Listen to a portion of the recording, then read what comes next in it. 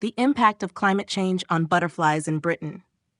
According to conservationists, populations of around 2/3 of butterfly species have declined in Britain over the past 40 years. If this trend continues, it might have unpredictable knock-on effects for other species in the ecosystem. Butterfly eggs develop into caterpillars, and these insects, which are the second stage in a new butterfly's life cycle, consume vast quantities of plant material and in turn act as prey for birds as well as bats and other small mammals. Only by arming themselves with an understanding of why butterfly numbers are down can conservationists hope to halt or reverse the decline. Butterflies prefer outdoor conditions to be just right, which means neither too hot nor too cold. Under the conditions of climate change, the temperature at any given time in summer is generally getting warmer, leaving butterflies with the challenge of how to deal with this. One of the main ways in which species are ensuring conditions suit them is by changing the time of year at which they are active and reproduce. Scientists refer to the timing of such life cycle events as phenology. So when an animal or plant starts to do something earlier in the year than it usually does, it is said to be advancing its phenology.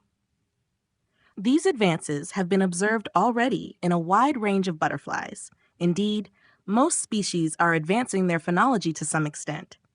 In Britain, as the average spring temperature has increased by roughly 0.5 degrees Celsius over the past 20 years, species have advanced by between 3 days and a week on average to keep in line with cooler temperatures. Is this a sign that butterflies are well equipped to cope with climate change and readily adjust to new temperatures? Or are these populations under stress, being dragged along unwillingly by unnaturally fast changes? The answer is still unknown, but a new study is seeking to answer these questions. First, the researchers pulled together data from millions of records that had been submitted by butterfly enthusiasts, people who spend their free time observing the activities of different species. This provided information on 130 species of butterflies in Great Britain every year for a 20-year period. They then estimated the abundance and distribution of each species across this time, along with how far north in the country they had moved.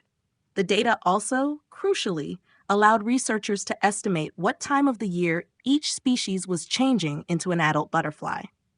Analyzing the trends in each variable, the researchers discovered that species with more flexible life cycles were more likely to be able to benefit from an earlier emergence driven by climate change.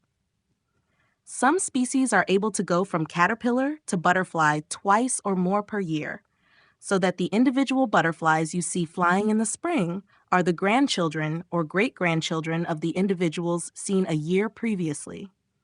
Among these species, researchers observed that those which have been advancing their phenology the most over the 20-year study period also had the most positive trends in abundance, distribution, and northwards extent. For these species, such as Britain's tiniest butterfly, the dainty small blue, whose colonies are up to 100 strong, some develop into butterflies early in spring, allowing their summer generations to complete another reproductive cycle by autumn so that more population growth occurs. Other species, however, are less flexible and restricted to a single reproductive cycle per year. For these species, there was no evidence of any benefit to emerging earlier. Indeed, worryingly, it was found that the species in this group that specialize in very specific habitat types, often related to the caterpillar's preferred diet, actually tended to be most at harm from advancing phenology.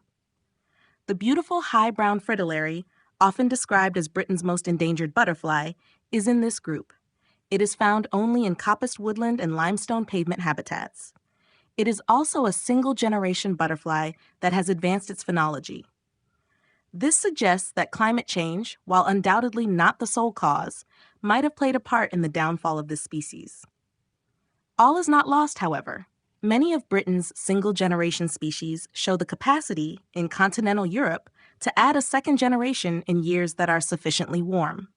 Therefore, as the climate continues to warm, species like the silver-studded blue might be able to switch to multiple generations in the UK as well, and so begin to extract benefits from the additional warmth, potentially leading to population increases. More immediately, conservationists can arm themselves with all this knowledge to spot the warning signs of species that may be at risk. The white admiral of southern England, a much sought-after butterfly, experienced a significant increase in numbers from the 1920s, but has shown a considerable decline in the past 20 years. This may be because the caterpillar exists solely on a diet of a plant called honeysuckle, but it is also likely to be due to climate change.